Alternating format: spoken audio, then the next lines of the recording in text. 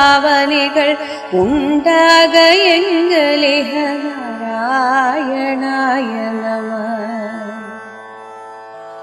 ആനന്ദ ചിന്മയ ഹരേ ഗോപികാരമണ ഞാനെന്ന ഭാവമതു തോന്നായ വേണമിഹ തോന്നുന്നതാകിലഖിലം ഞാനിതെന്ന വഴി തോന്നേണമേ വരദ നാരായണായ നമഃ.